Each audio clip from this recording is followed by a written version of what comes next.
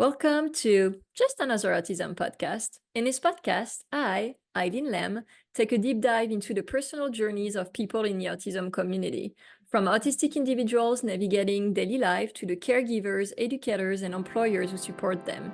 Each week, we shed light on the different ways autism shapes lives, offering first-person perspectives from every angle of the community.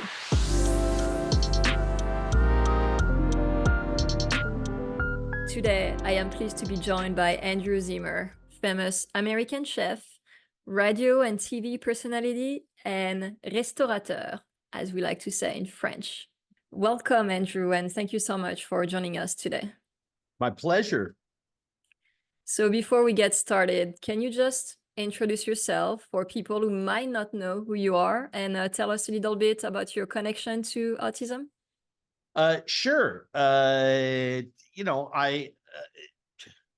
a chef who got lucky. I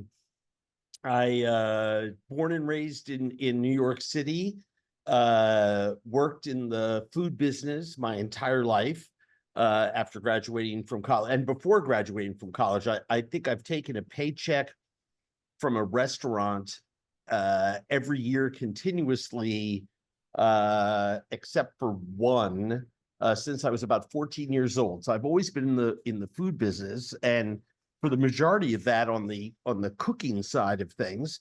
I had a terrible addiction and alcoholism problem. Crashed and burned my life on more than one occasion, then really crashed and burned my life, and wound up trying to kill myself in a hotel room, 32 years ago. And I woke up and I wasn't dead, and I asked somebody for help. And 3 days later, I walked into an intervention, and I wound up in Minnesota, where I live now. And I've stayed sober ever since. That's been, well over 3 decades. Over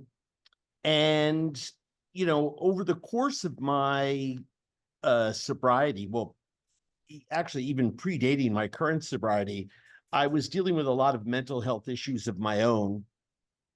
And of course, became aware of what autism was through some friends and, who had children who were diagnosed as being on the spectrum. And then I sobered up, and 19 and a half years ago became a parent to a child who has developmental disabilities, that when we had him seen by a couple of specialists here in the Twin Cities, pronounced him as being on the spectrum as well.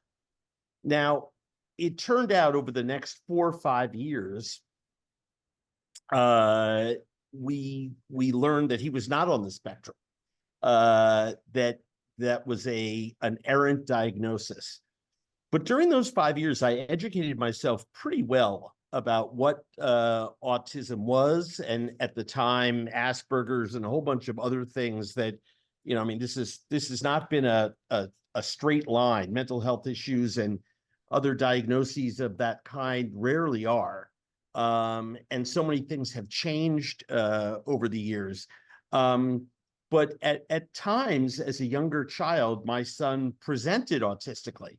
And, regardless of what the labels are, which I happen to have a real problem with labels, sometimes when it comes to certain issues, it's good to have them, right? At least then we know what we're dealing with. And in this case, that misdiagnosis was really beneficial for me as a human being, in the sense that I was able to get a lot closer to a very large community here in Minnesota and learn a lot more about what other parents were going through.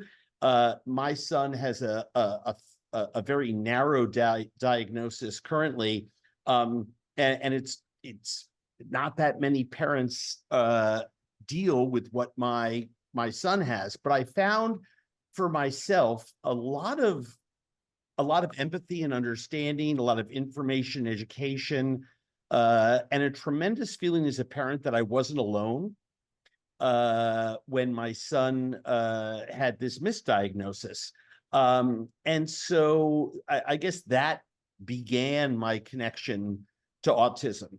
And, then I guess would be about 14 years ago when he was 5 or 6, and, that diagnosis went out the window. My attachment to these families, these people, friends of mine who were struggling with this. And of course, as my son became 5, 6, 7, 8, 9, you wind up finding yourself in a community of people that are, I'm talking about parents now for myself, but as well as exposure to other young kids like my son at the time, who are dealing with similar issues. And I kind of feel that many of us are all sort of on the same ship. We may have rooms on different levels, but and some of us may be taking sun on the foredeck, and others may be having an ice cream cone in the cafeteria, but we're all in the same boat. And at the same time, my TV career in food started to take off. That gave me a large platform. And I had to decide pretty quickly, what do I want to stand for at a public level? And between my own issues, chemical dependency, alcoholism, and other ones, as well as the struggles that my family was going through, I thought it would be a good place to plant a flag and at least be a vocal supporter and ally everywhere that I could. And now we're here. That's incredible. Do you think and you probably do, think it's important to nurture autistic talent, especially in the culinary world? Have you had any experience with autistic chefs? Yes, very much so. And recently I've met 3 or 4 different young culinarians ranging in age from 12 to 25, 26, 27, all of whom are making careers for themselves in the food world and are proudly call themselves autistic. I think there's 2 sides to this. I'll take the first one as an employer, right, and as someone who wants to mentor all people. Our industry, the restaurant industry, has been complaining very loudly over the last decade that one of the biggest challenges is finding an increasingly bigger employee pool to utilize in our restaurants and food service establishments. So I really have a problem with that, because I find that most people who are doing the complaining are actually only looking in a very, very narrow space. And if they open their eyes a little bit, not only are there tremendous communities, not just the autistic one, but people coming out of jails and institutions, people with physical handicaps who are eager, desperate in some cases for jobs. And I have found that ignoring those pools of candidates is something that as an industry, restaurants can no longer do.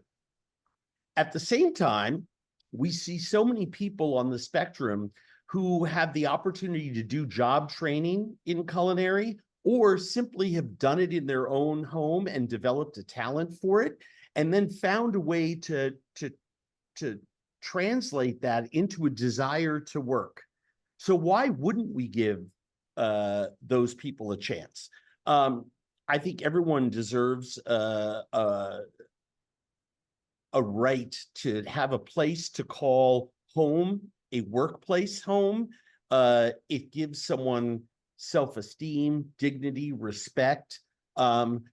Self-esteem, dignity, respect were things I needed sprinkled on me when I began my recovery journey. And I don't think I'm unlike any other human being in that regard. I think all of us do, whether we are on the spectrum, whether we're coming out of jails and institutions, whether we're recovering from chemical dependency and alcoholism, whether we're struggling with anxiety and depression. All of these communities would be better off if we nurtured them as opposed to pushing them to the side. I think the problem is that we get scared by things we don't understand.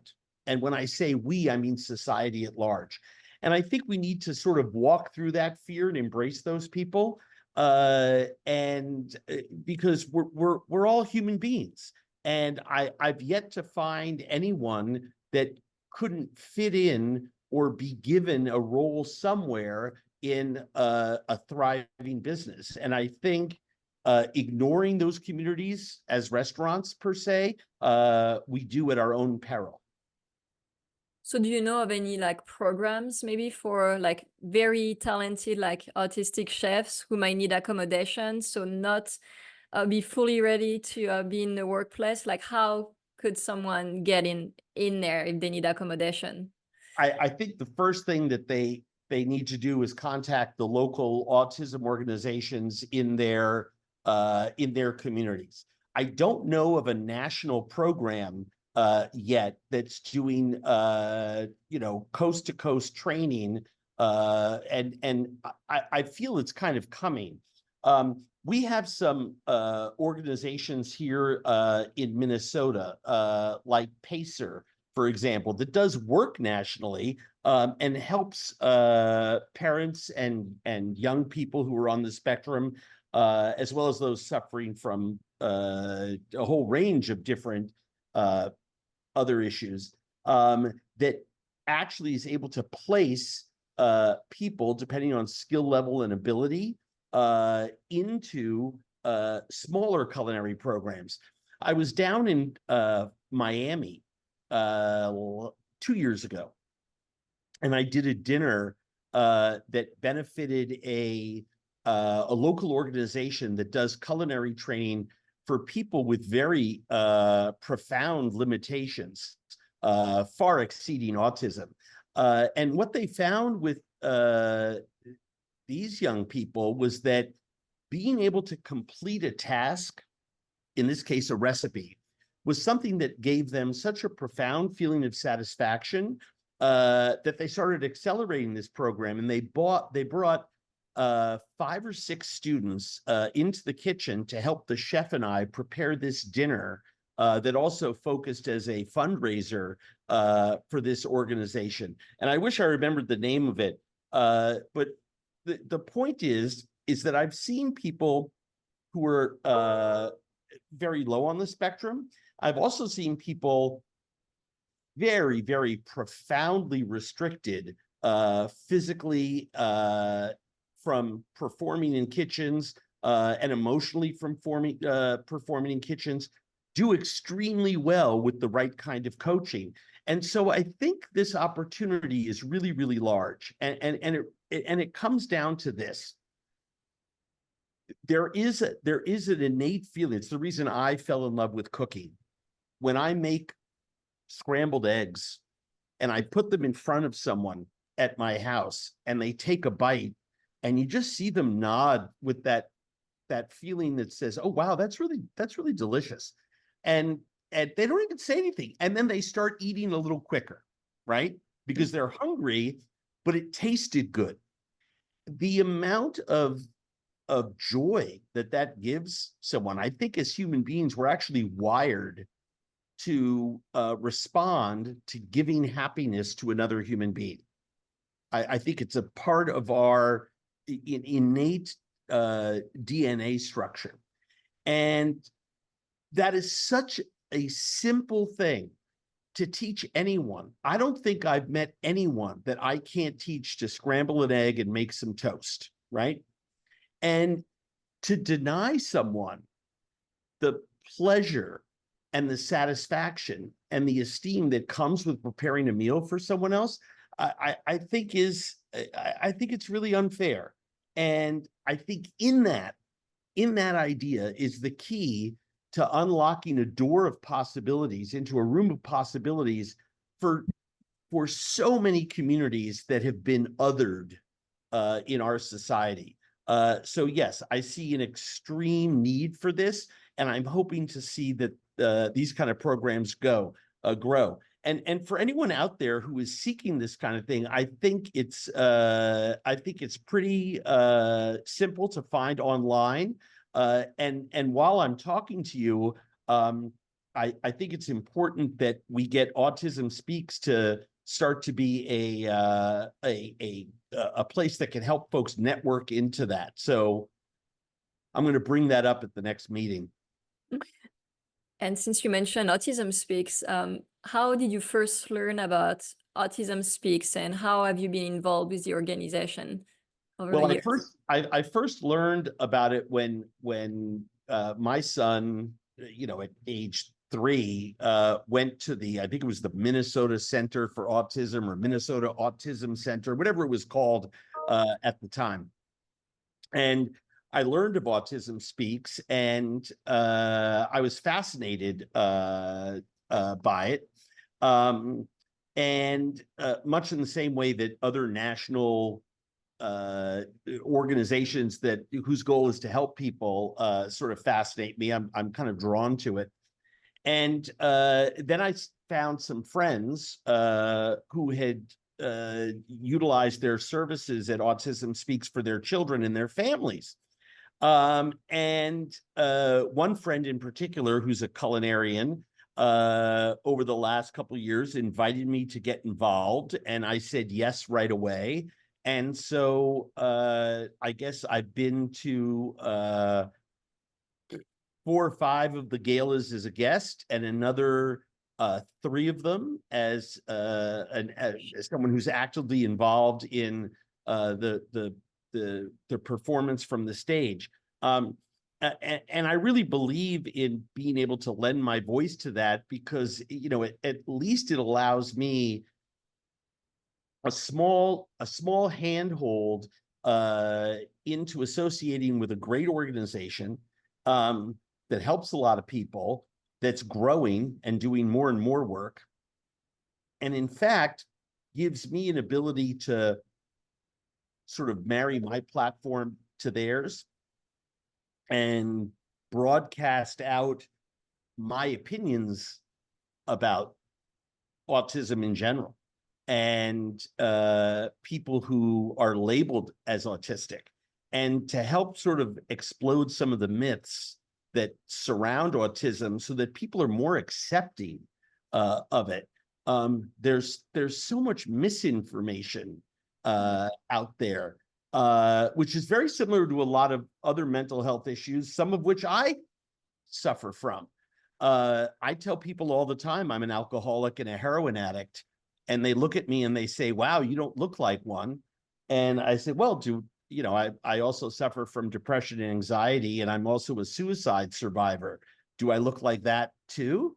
I think those things scare people, and I think it's very important in that particular case as an example of where I enjoy my labels, because I want people to see what a suicide survivor who's a heroin addict and an alcoholic looks like when they are in recovery. This is me pointing at me. This is what this looks like. This is what those disease models look like. The difference is that someone sprinkled me with dignity and respect and a little bit of love, and I responded. And I've been a contributor to society. I've raised a family. I own a couple businesses. I pay taxes. And I think that we can't afford to ignore people who wind up in those circumstances, or any circumstances. We need to love more people up so they can become involved in society, not pushed away from society. We marginalize too many people in America. America is the only culture that I know of where we take anyone over the age of 70, 72, 73, and immediately start thinking about how we can push them off into some place where they're out of sight, out of mind. We've developed a whole industry of senior care facilities that in some cases do some very, very good work.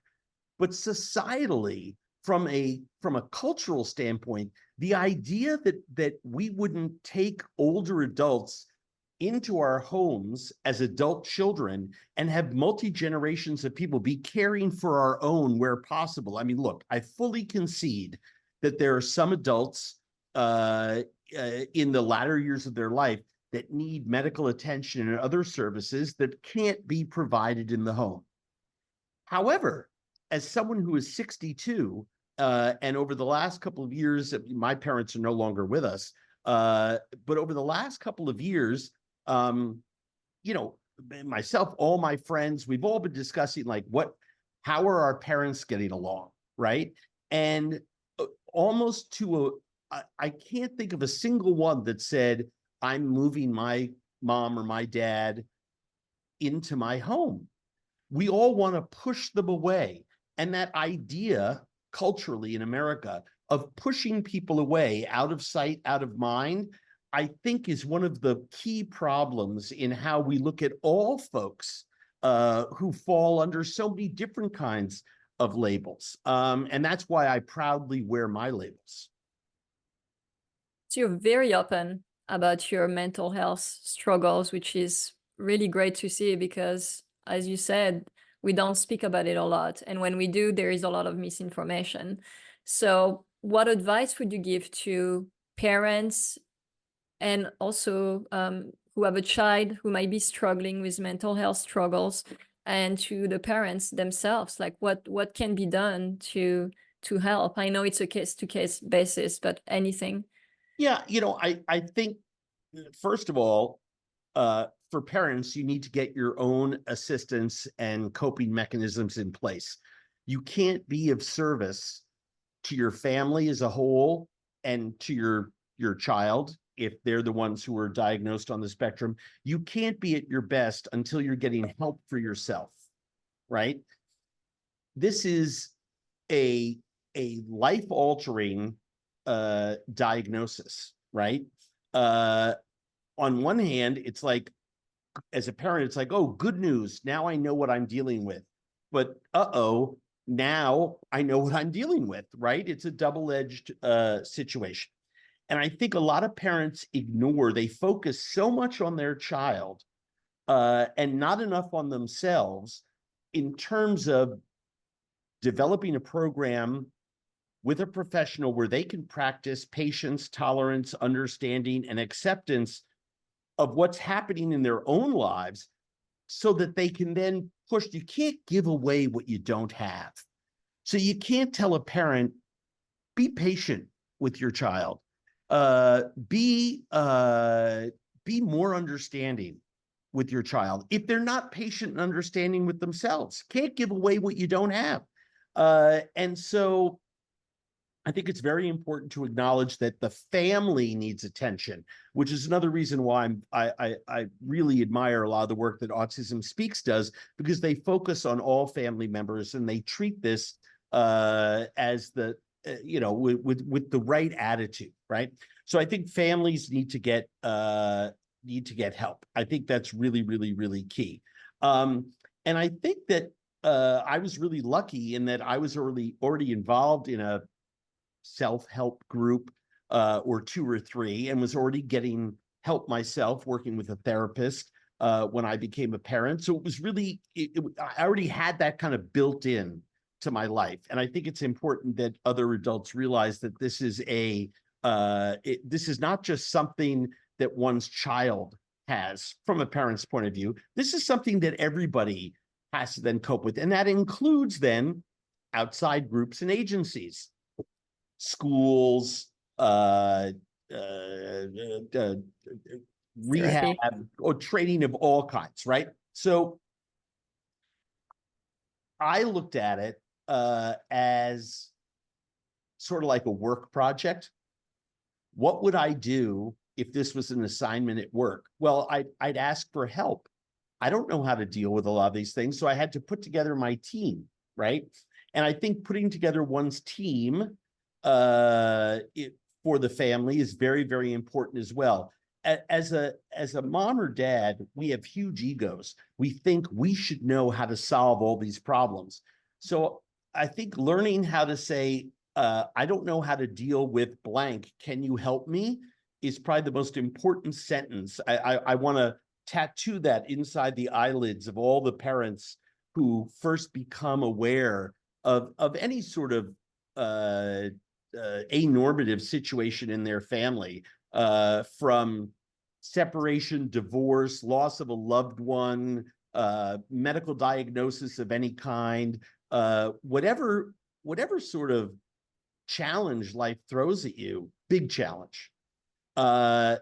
Walking around with an attitude of, I know how to deal with this problem, only continues to foster the growth of the problem. The minute we ask for help with something and actually say the words out loud, I don't know how to do blank, can you help me? That's when we start to make progress in solving our issues. You know, I really like how you put the focus on families, because on social media these days, it's actually taboo to speak about the parents. For instance, last night I posted a video talking about how, as a mother of a child who's nonverbal, it's really scary to send him to school, because if anything happens, he's not going to be able to tell me. And I got a lot of negative comments saying that I'm making it about myself instead of my child, and that it's ableist. Anyway, we live at an age, times, where it's taboo to speak about how difficult and scary parenting can be. Well, like you said, you can pour from an empty cup. And I think it's such an important message. It's so simple, right? Everyone knows that expression, but it's one thing to know about it and another thing to put it into application. So thank you for putting that out there again, because it's so important. And I hope parents who are listening will take that advice. It's a monstrous rhyme. The idea that someone would offer that misguided opinion to you about your post, and I did not see it, is so repugnant to me. That is a comment that's born out of ignorance, and we sadly, with social media, live in a gotcha sort of world where everybody wants to weaponize social media in some way and get their own frustrations out. I hope you know that there, for every person out there throwing that kind of shade at you, there's dozens. They may not even comment on social media, but there are dozens and dozens of people who are nodding their heads saying, yeah, I get it, even if they don't deal with the same issues that you do as a parent. Yeah, it's repugnant and ignorant. And you're right. Yeah. And I think there is a silent majority on social media that, just like you said, they might not comment, but they feel it and they agree. But it's hard to put yourself out there on social media. I understand, when you have all of these people who attack, like you say, it's like they need to find something to attack. So I understand why so many are silent. Yeah. So, a friend of mine said something to me that was very interesting to me about, and it's why I stopped posting about political stuff. My reasons for doing so previously were, I thought I could change someone's mind. And this person reminded me that on some issues, and what you were posting about might be one of them. It certainly was the case for me with some of my political commentary, is that we're not going to change some people's minds, right? Or most people's minds. That on social media, it may not be the best place to try to change people's minds. Now, I felt for myself, I needed to stop posting politically and turn my political energies elsewhere. I would encourage you to continue to be posting about it, because I believe in your case, there are lots of parents out there and people who are following you that need to hear what you have to say. Oh, yeah, Totally, and that's why I do it, because even if I help one person, help them feel less alone, I mean, it's worth it. I have over 200,000 followers now. I know that, these people might not comment all the time, but I'm seen, they're being seen, and I'm not gonna let like a minority bully me into silence. That's for sure.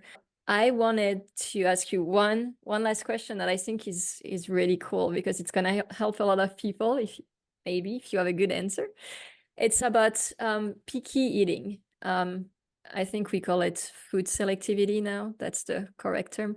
Do you have any advice for like children who are on a spectrum and others who might be picky even though they're not on the spectrum? Like any trick to maybe get some nutrition into those kiddos who are picky? Yeah, lots of it. I deal with this all the time, and I think we need to separate. Let's just talk about as a parent with children, right? I think we need to separate our kids into two groups. There are a group of children who, for one reason or another, associated with whatever diagnosis you like, simply cannot tolerate crunchy food or mushy food or something that gives a certain sensation.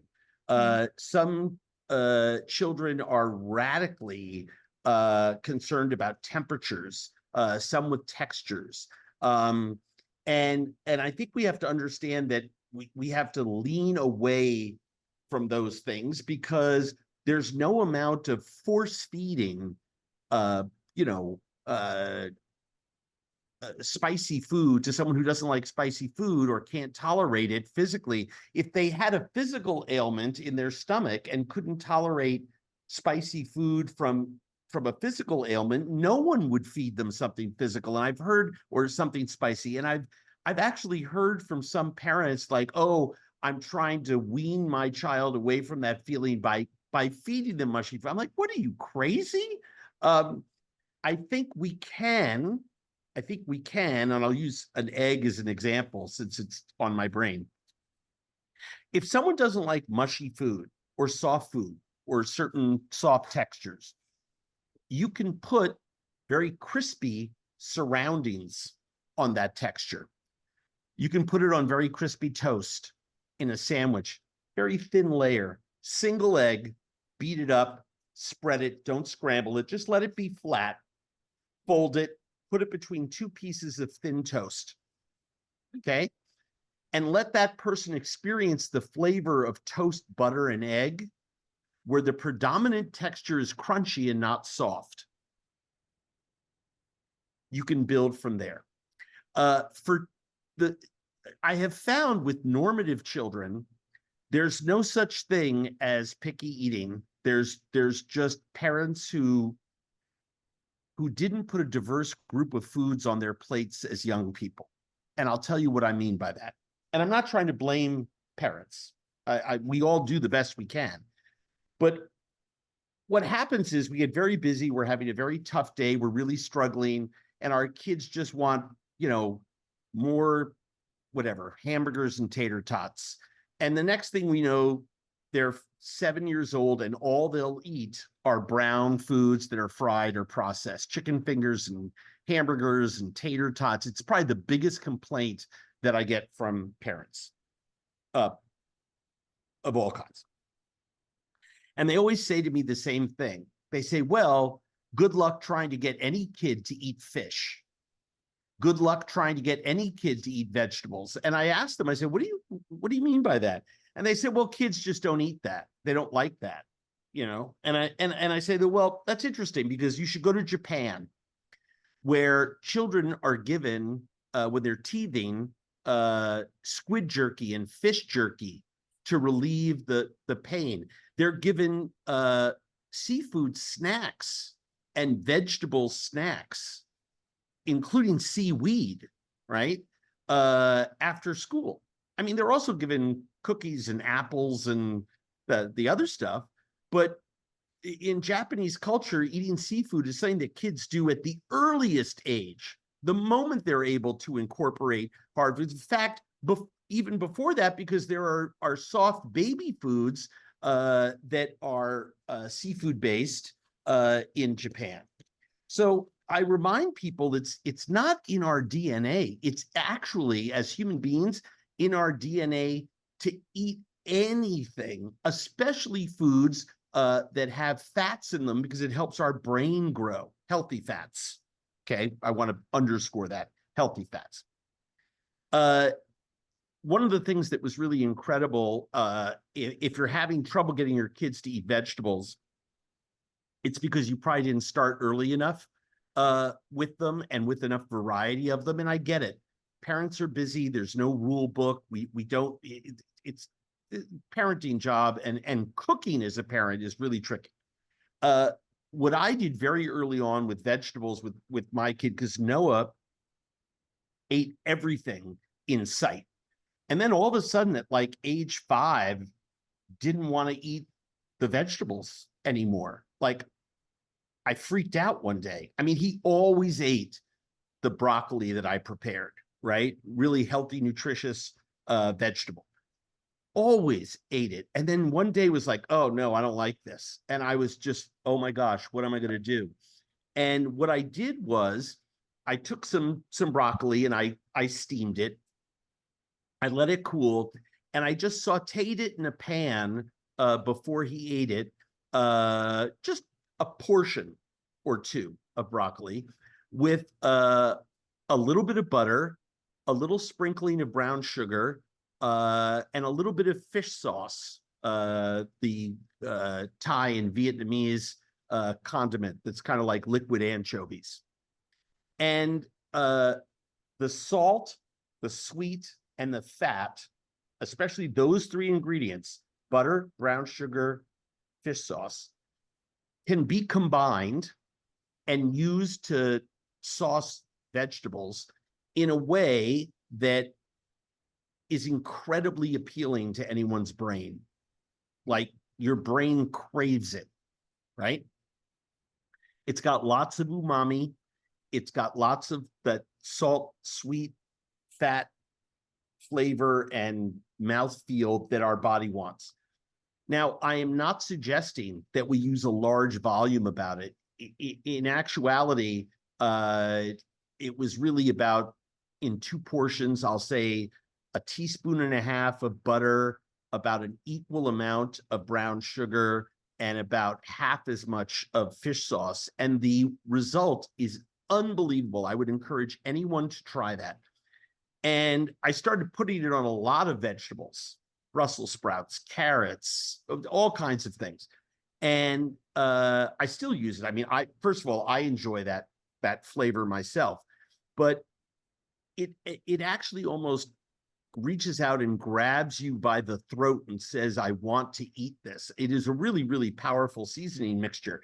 Now, I tested this out on all of my son's friends, to the point where the neighbors' parents, well, neighbors of ours whose kids were eating over at our house, would call me and say, my kid just came home and I asked him what he ate for dinner. And they said, grilled salmon and string beans. And I said, yeah, that's what we had for dinner tonight. And they said, well, my kid has never eaten fish or string beans in their life, won't eat them when I make them. And I said, well, you know something? I said, I'm just going to throw this out there. I don't want to be rude. Was your salmon dry? Was it older, frozen product and fishy? Anyone will have a natural aversion to that. Did you think about how the satiety of it is? Even little kids need some sauce with that. We tend to make very plain food for our children, as if their bodies can't handle a simple seasoning. I'm not suggesting that we coat everything in a 1/2 cup of sriracha for a child. That's not what I'm saying at all. I would just use some very simple recipes. Shameless plug. We have lots of them on andrewzimmern.com to just help plus up your game just a little bit. Now, I've told friends about my fish sauce, brown sugar, butter mixture, and I encourage them to let the butter come to room temperature and then with a whisk, just stir, or a fork, just stir this in and make like a cup of this mixture to your taste. So it's not too fish sauce. It has to be in balance, not too much sweetness from the brown sugar. And then just use a few teaspoons at a time per portion to season vegetables and fish. And what I have found is universally kids absolutely go nuts for it. And you're not giving them too much sugar, too much salt, or too much fat, right?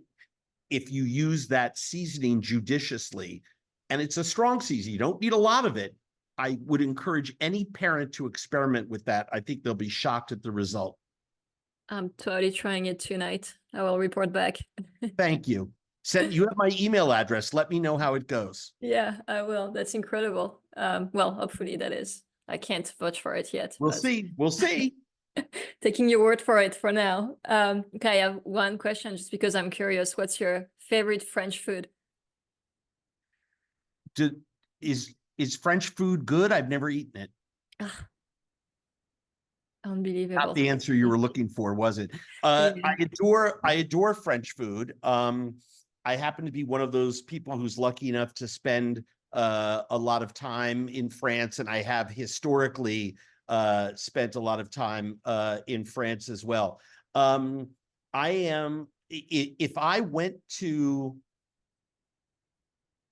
If you flew me to Paris and took my blindfold off and you said, go and eat one thing, that would be very difficult for me. But I would probably go to a fancy-ish butcher shop, right? Doesn't have to be too fancy, just one that does the more, I should say, a more traditional butcher shop, where they also have some 2 or 3 pate, a little homemade head cheese that they have in there, fromage de tête.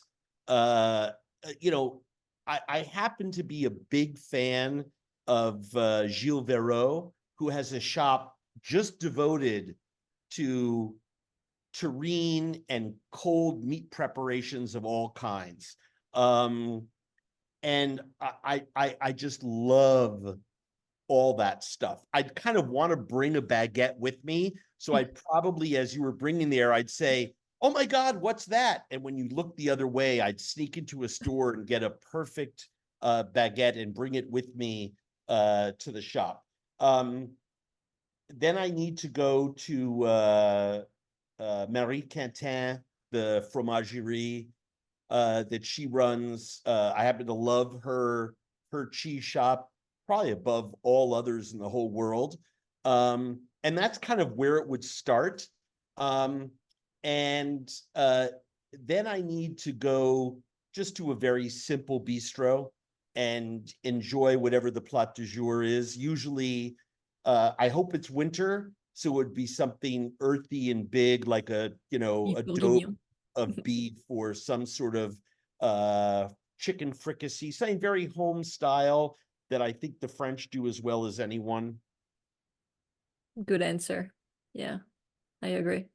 I miss baguette and bread so much here. I think it's one of the hardest food to find in America that is, done right. Because I we have agree. baguette everywhere. You're not wrong. You're not wrong. There are some great bakeries in this country, and I don't know where you live, but the Austin? Oh my God, have you been to Easy Tiger? Yeah, it's not bad. David has some good breads. I like his breads. Now, I don't know with the heat and humidity issues down there if he stays. I don't even know if he has a baguette. I just know that at his original bakery, which was more focused on breads and less on a lot of the other stuff that he started to get into as he expanded. I just think he's a great baker, and I'm surprised Austin, I think, should have a good bakery. I'm gonna have to figure that out. Yeah, there is one a little far away, but they're French. Of course, they're French. Ah, they know. Yeah, let me know if I'm really interested in trying it out. Yeah, I miss my baguette. I appreciate it all. Thank you very much. Yeah, thank you so much for joining us today. It was so informative and fun, and I hope people try your little trick with veggies. Try. You let them know next week. Yeah, I'll be an influencer for your little trick. I'll post There on you my go. own.